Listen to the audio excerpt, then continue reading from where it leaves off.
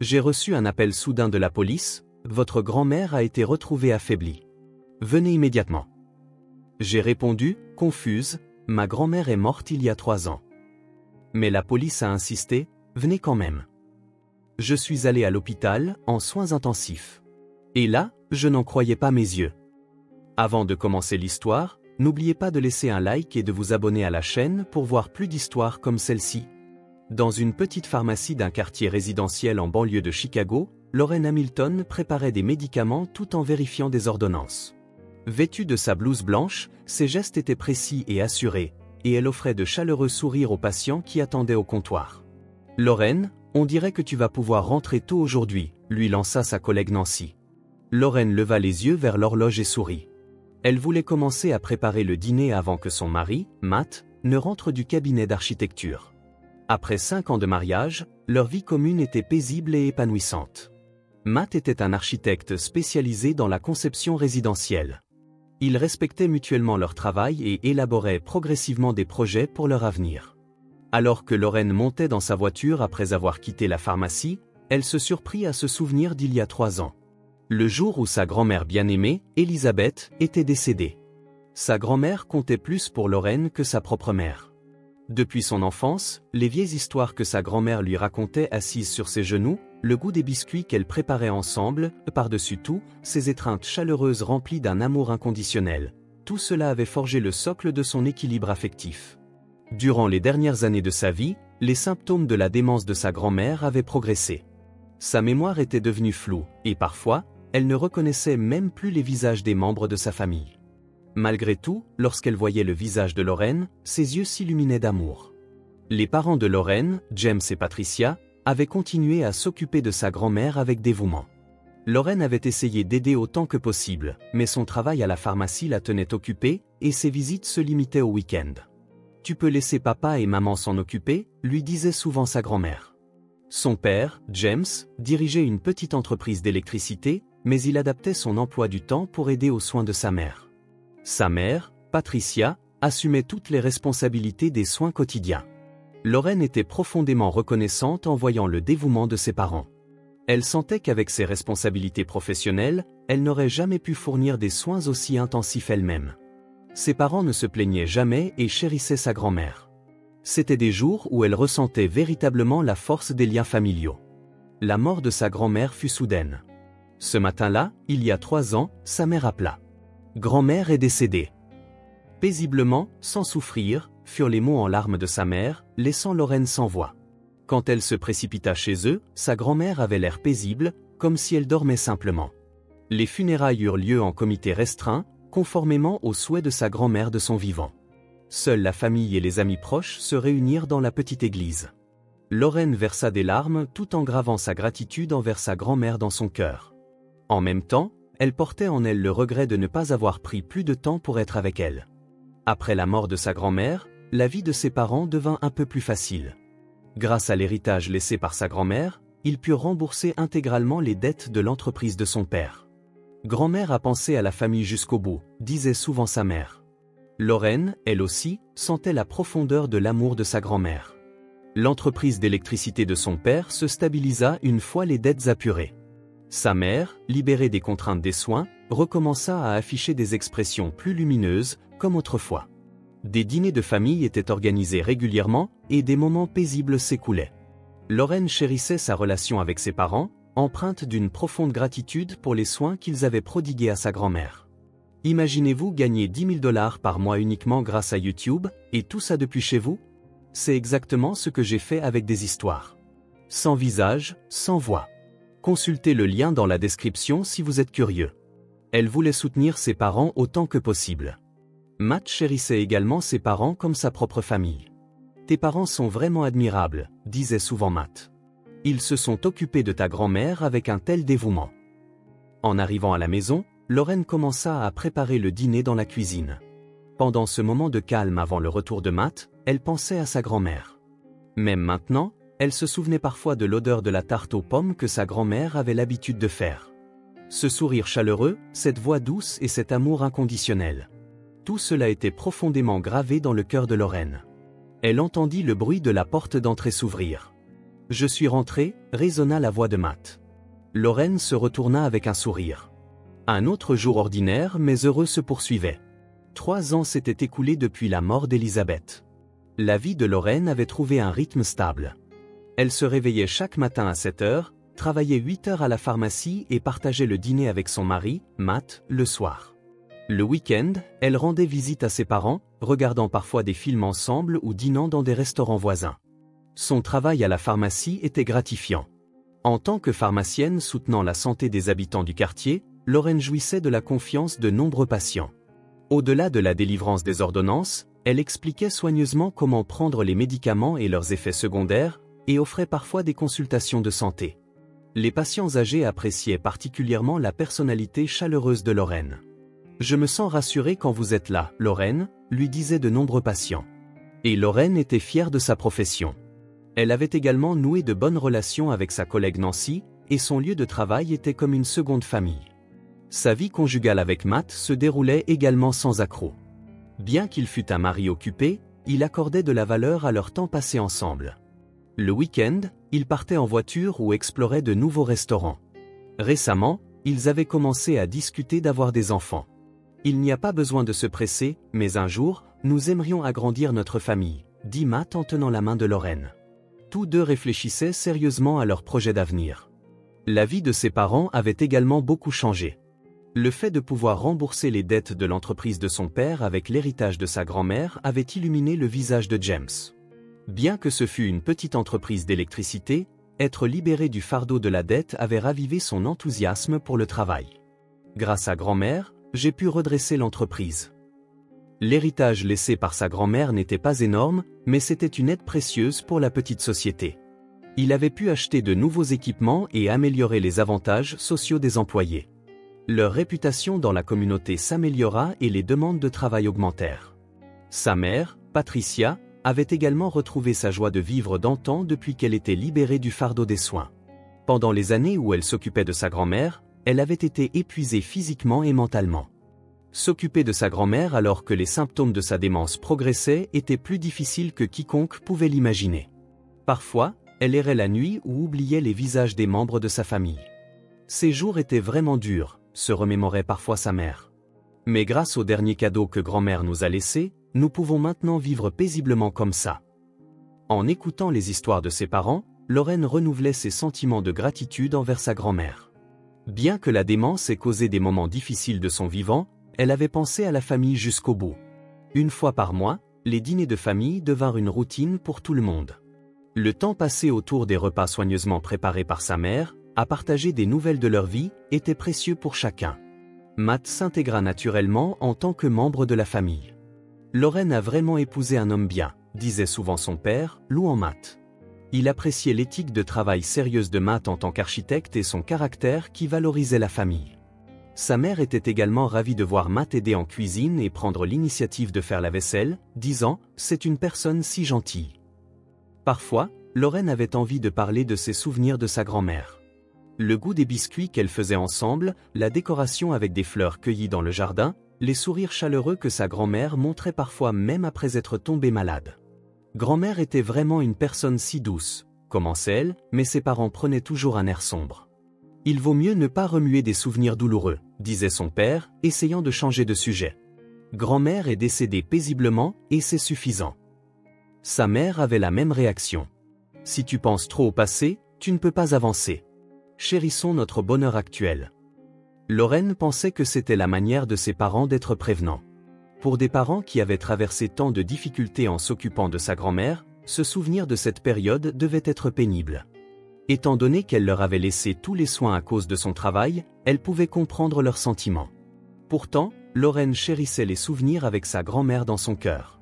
En traitant avec des patients âgés à la pharmacie, elle superposait parfois l'image de sa grand-mère à la leur. Elle sentait qu'elle avait hérité un cœur de gentillesse et de compassion de sa grand-mère. Au printemps, ses parents allèrent visiter la tombe de sa grand-mère. Lorraine et Matt y allèrent aussi, offrant des fleurs et joignant leurs mains en prière. En contemplant le nom de sa grand-mère gravé sur la pierre tombale, Lorraine lui parla dans son cœur. « Grand-mère, nous allons tous bien. Grâce à toi, maman et papa vivent heureux aussi. » Sur le chemin du retour du cimetière, son père affichait une expression satisfaite. Grand-mère doit être contente aussi de voir la famille vivre si harmonieusement. Sa mère hocha la tête. Grand-mère était quelqu'un qui se souciait de la famille. Donc, si nous sommes heureux, elle peut reposer en paix. Lorraine était profondément en accord avec les paroles de ses parents. Sa grand-mère avait en effet été quelqu'un qui se souciait de la famille jusqu'au bout. Elle s'inquiétait pour la famille et les couvrait d'amour. Elle sentait que cet amour soutenait encore les liens familiaux. Un soir d'été, assise sur le porche avec Matt, Lorraine pensa à l'avenir. S'ils avaient des enfants, elle voulait transmettre le cœur aimant de sa grand-mère. Elle voulait leur apprendre l'importance de valoriser la famille. « Ta famille est vraiment merveilleuse, dit Matt. En voyant tes parents s'occuper si dévouement de ta grand-mère, je ressens la force des liens familiaux. » Lorraine fut réchauffée par les paroles de son mari. En effet, ses parents avaient été admirables. Ils avaient continué à montrer de l'amour pour sa grand-mère jusqu'à ses derniers moments. Et même maintenant, il chérissait le souvenir de cet amour.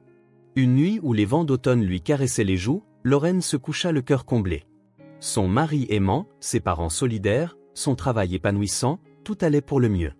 Elle croyait que grâce à sa grand-mère qui veillait sur eux depuis le ciel, la famille vivait si heureusement. Les jours se succédaient sans rien de particulièrement inhabituel. Le travail à la pharmacie, le temps paisible avec Matt, les relations chaleureuses avec ses parents. Tout cela constituait les trésors les plus précieux de Lorraine. Le mardi après-midi, la pharmacie de la banlieue de Chicago était calme comme d'habitude. Tandis que Lorraine vérifiait l'inventaire des ordonnances, elle pensait à son rendez-vous cinéma du lendemain avec Matt. Il prévoyait de voir une comédie romantique au nouveau théâtre qui venait d'ouvrir. Dans le bureau à l'arrière de la pharmacie, le téléphone sonna. Lorraine arrêta ce qu'elle faisait et décrocha le combiné. « Pharmacie Windsor. »« Est-ce que je parle à Lorraine Hamilton ?» fit une voix d'homme, grave et sévère. « Oui, c'est moi. Ici l'inspecteur Davis de la police de Chicago. Je vous appelle pour une affaire urgente. Votre grand-mère a été retrouvée dans un état de grande faiblesse. Pourriez-vous venir à l'hôpital Merci Général immédiatement ?» Lorraine était confuse. La main qui tenait le téléphone se mit à trembler. « Je suis désolé, mais je pense qu'il y a une erreur. Ma grand-mère est décédée il y a 3 ans. Son nom est Elizabeth Watson. » La voix de l'inspecteur était pleine de conviction. Le cœur de Lorraine se mit à battre violemment. « C'est bien le nom de ma grand-mère, mais elle est morte de cause naturelle il y a 3 ans. Nous avons même organisé des funérailles familiales. S'il vous plaît, dépêchez-vous de venir. C'est l'unité de soins intensifs de l'hôpital Merci Général. Nous avons besoin d'une identification. » Le téléphone fut raccroché. Lorraine resta un moment immobile, le combiné à la main. Ce devait être une erreur. Ce devait être quelqu'un d'autre avec le même nom. Mais pourquoi l'avait-il contacté? Nancy s'approcha avec un air inquiet. « Lorraine, ça va? Tu as l'air pâle. »« Je dois aller à l'hôpital. » Tout de suite, expliqua Lorraine d'une voix tremblante. Les yeux de Nancy s'écarquillèrent. « C'est étrange. Mais vas-y quand même. Je m'occupe de tout ici. » Lorraine retira rapidement sa blouse blanche et serra les clés de sa voiture. L'hôpital Merci Général était à 20 minutes de route. En conduisant, son esprit était en ébullition. Sa grand-mère était définitivement morte. Elle l'avait constaté de ses propres yeux. Elle avait l'air paisible, comme si elle dormait. Arrivée à l'hôpital, Lorraine expliqua la raison de sa venue à la réception. 5 minutes plus tard, un homme trapu d'âge mûr apparut. « Mademoiselle Hamilton, je suis l'inspecteur Davis. Je suis désolé de vous déranger. Est-ce vraiment ma grand-mère? Je suis certaine qu'elle est morte il y a 3 ans. » L'expression de l'inspecteur était sérieuse. « Nous en discuterons en détail plus tard. D'abord, veuillez nous aider pour l'identification. » Ils prirent l'ascenseur jusqu'au 4e étage où se trouvait l'unité de soins intensifs.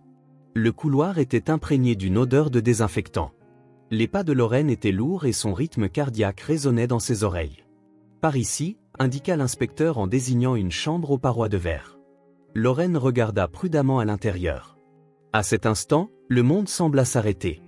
Allongée dans le lit se trouvait sans aucun doute sa grand-mère, Elisabeth. Elle était beaucoup plus maigre qu'il y a 3 ans. Ses joues étaient creusées et ses cheveux étaient devenus complètement blancs. Mais ses yeux doux, ses petites mains, tout était certainement sa grand-mère. Grand-mère. Une faible voix s'échappa des lèvres de Lorraine. Ses genoux faillirent se dérober devant ce spectacle incroyable. Sa grand-mère était consciente. Quand elle vit Lorraine, des larmes emplirent ses yeux. Elle bougea sa main frêle, la tendant vers Lorraine. Lorraine se précipita dans la chambre et se hâta au chevet de sa grand-mère. « Grand-mère, c'est vraiment toi ?» Lorraine ? La voix de sa grand-mère était faible, presque un murmure. « Enfin, je te vois.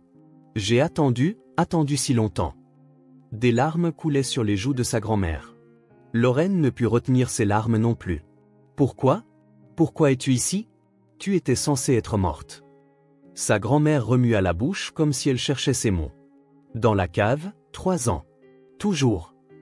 Le sang de Lorraine se glaça. La cave. 3 ans. Elle ne comprenait pas ce qu'elle disait. Le médecin traitant entra dans la chambre. Il avait une expression sérieuse. « Vous êtes un membre de la famille ? Laissez-moi vous expliquer l'état de la patiente. » Le médecin commença à parler en regardant le dossier dans sa main. Dénutrition sévère et déshydratation. Il y a aussi des signes de détérioration physique dus à un confinement de longue durée. Heureusement, sa vie n'est pas en danger, mais la convalescence prendra du temps.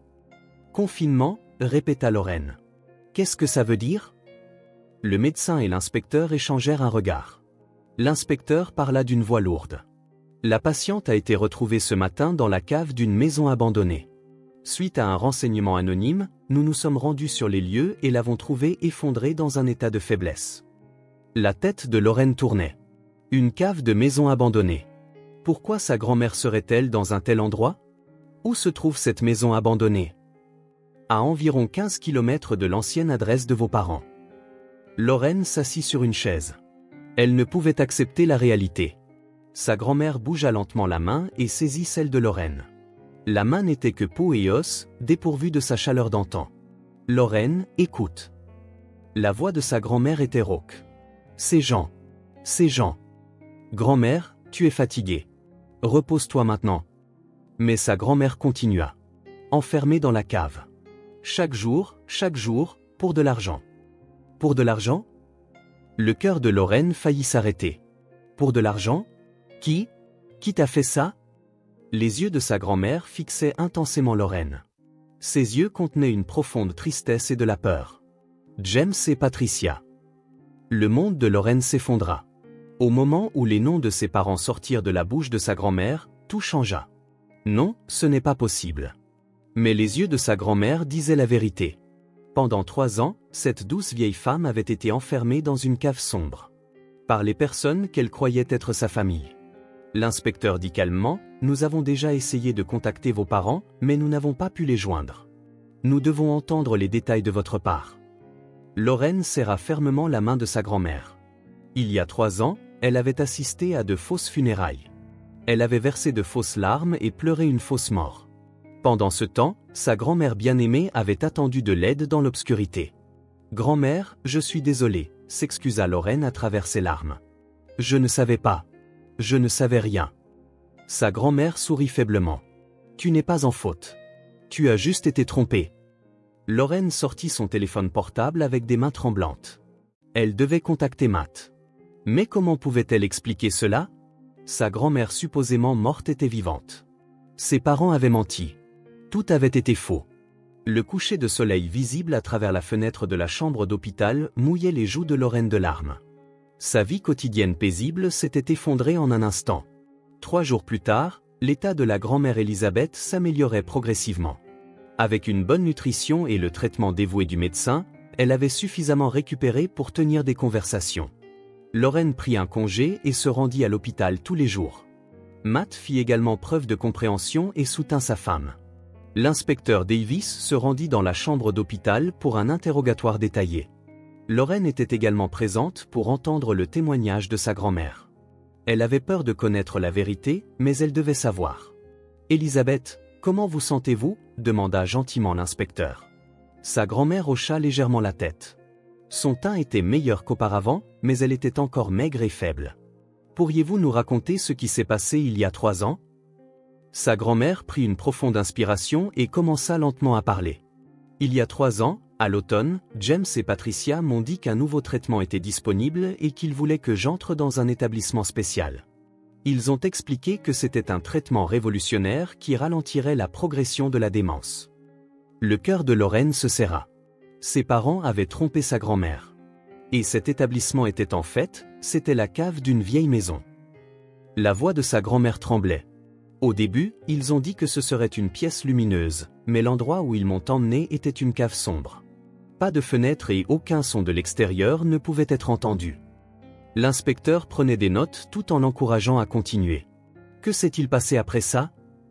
Chaque jour, Patricia apportait des repas, mais les portions diminuaient progressivement.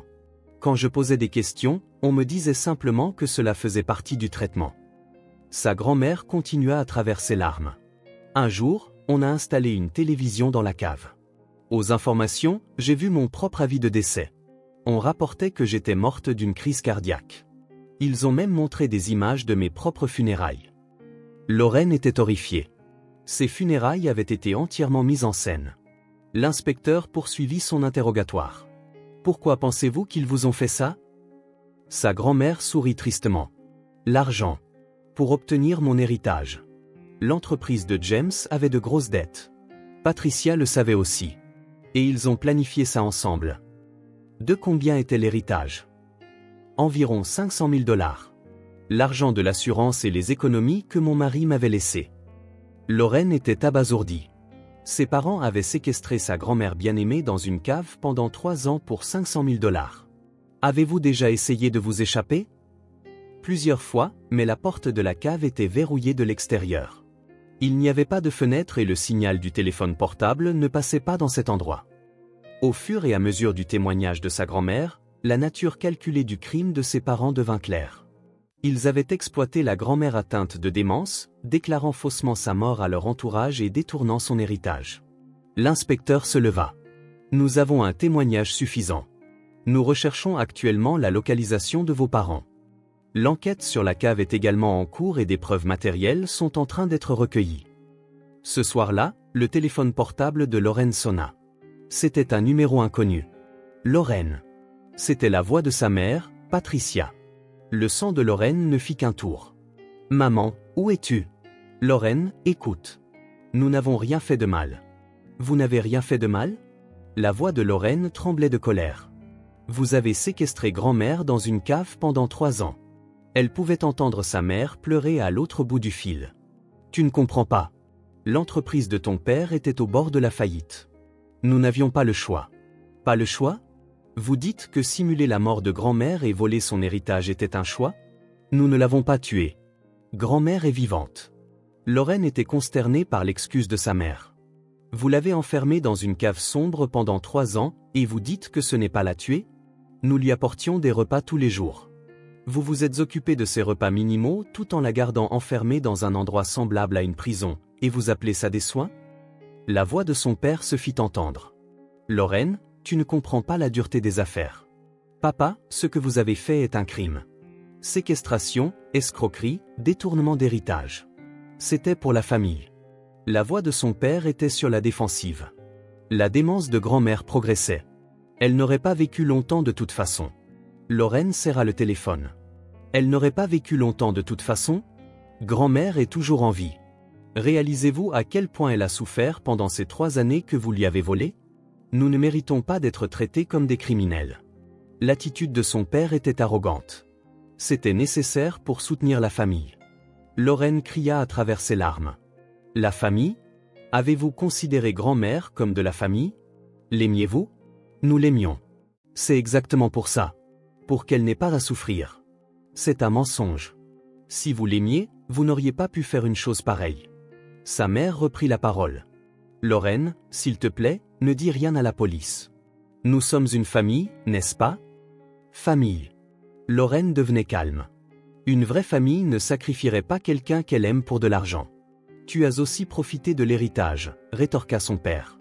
Grâce au redressement de mon entreprise, ta vie est devenue stable aussi. Lorraine était choquée. En effet, après que la vie de ses parents se soit améliorée, les relations familiales s'étaient également améliorées. Sans le savoir, elle aussi avait profité de la paix créée avec de l'argent gagné en sacrifiant sa grand-mère. Je ne savais pas, parvint à articuler Lorraine. Si j'avais su, je ne l'aurais jamais permis. Il n'est pas trop tard, même maintenant, plaida sa mère. Grand-mère est vivante. En tant que famille, Nous pouvons tout recommencer à partir d'ici. Lorraine prit une profonde inspiration. Recommencer? Vous me demandez de prétendre que 3 ans de séquestration n'ont jamais eu lieu? D'ignorer la souffrance de grand-mère? Tu choisis une vieille grand-mère sénile plutôt que tes parents de sang? La voix de son père était pleine de colère. À ce moment, Lorraine en fut certaine. Même avec des liens de sang, les gens qui sacrifient leur famille pour de l'argent ne sont pas une vraie famille. D'un autre côté, les relations qui continuent à s'aimer et à se protéger mutuellement à travers toutes les épreuves sont la vraie famille. Je choisis grand-mère, dit clairement Lorraine. Je ne pardonnerai jamais ce que vous avez fait. Le téléphone fut raccroché. Lorraine se dirigea vers l'hôpital. Elle voulait être aux côtés de sa grand-mère. Elle voulait valoriser les relations basées sur l'amour, et non sur les liens du sang.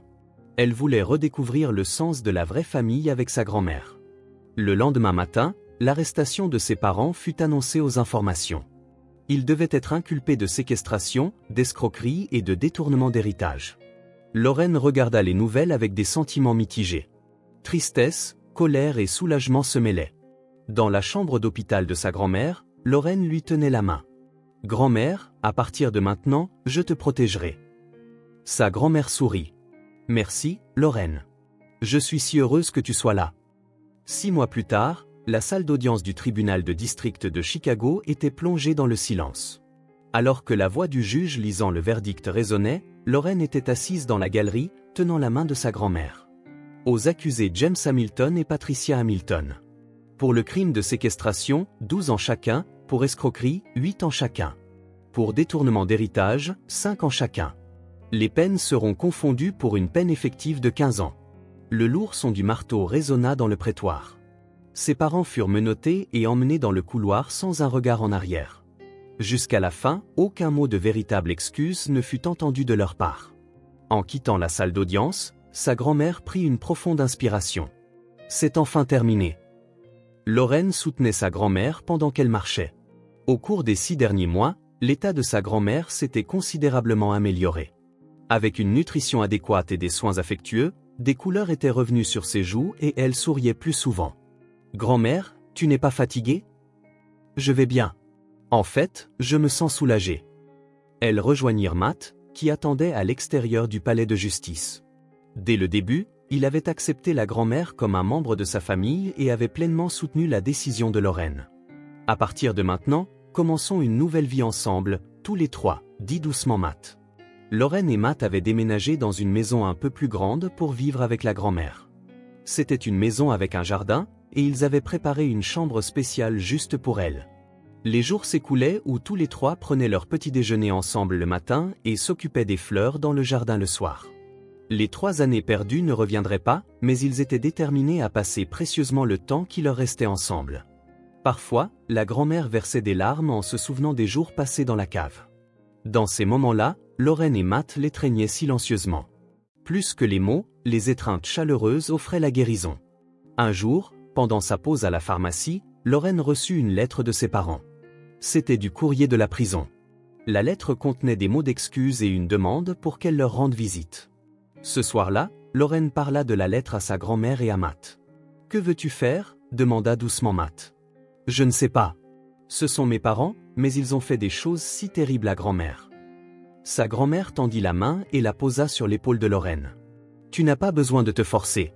Tu peux décider toi-même. » Lorraine réfléchit. Le fait des liens du sang ne changerait pas. Mais elle ne pouvait pas pardonner l'acte de sacrifier quelqu'un qu'ils aimaient pour de l'argent.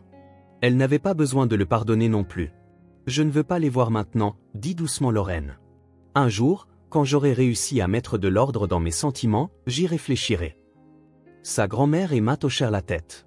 Personne ne la blâmait. Pendant ce temps, en prison, ses parents passaient des jours solitaires. Personne ne venait leur rendre visite. Les voisins et les anciens amis avaient tous pris leur distance. Ils étaient exclus de la communauté en tant que couple ayant trahi la famille pour de l'argent. Ça ne devait pas se passer comme ça, marmonnait Patricia dans sa cellule. Je pensais que Lorraine nous pardonnerait. James aussi était tourmenté par le remords. L'excuse, c'était pour la famille, ne fonctionnait même plus sur lui-même. En guise de prix pour avoir sacrifié quelqu'un qu'ils aimaient, ils en étaient venus à goûter à la véritable solitude. Quand le printemps arriva, Lorraine et sa grand-mère plantèrent des fleurs ensemble dans le jardin. Des roses, des tulipes et des tournesols que sa grand-mère avait aimés. Dans la saison où la nouvelle vie germait, le lien entre les deux s'approfondit également. « Lorraine, je suis si heureuse que tu sois là », dit sa grand-mère en touchant la terre. « Dans cette cave sombre, me souvenir de toi était mon espoir. »« Je suis aussi heureuse d'être avec toi, grand-mère », sourit Lorraine. « J'ai l'impression de comprendre ce qu'est une vraie famille. » À l'heure du dîner, tous les trois s'assirent autour de la table. En mangeant le repas fait maison que Matt avait préparé, ils parlaient de ce qui s'était passé dans la journée. Des conversations banales, des rires chaleureux et des sentiments d'attention les uns envers les autres. Tout cela était la preuve d'une vraie famille. Même avec des liens de sang, les relations qui sacrifient les autres ne sont pas une famille. Lorraine en était convaincue dans son cœur. Une vraie famille, ce sont des personnes qui s'aiment, se protègent et se soutiennent mutuellement. Une profonde gratitude habitait les yeux de sa grand-mère. La douleur des 3 années perdues ne disparaîtrait pas, mais pouvoir passer le temps qui lui restait avec des personnes qu'elle aimait était le plus grand des bonheurs. Dehors, le coucher de soleil brillait magnifiquement. Tous les trois se tinrent la main et prièrent en silence. En tant que famille qu'ils avaient choisi d'être, ils se jurèrent de continuer à s'aimer et à se soutenir. Il existait là un véritable lien qui transcendait les liens du sang.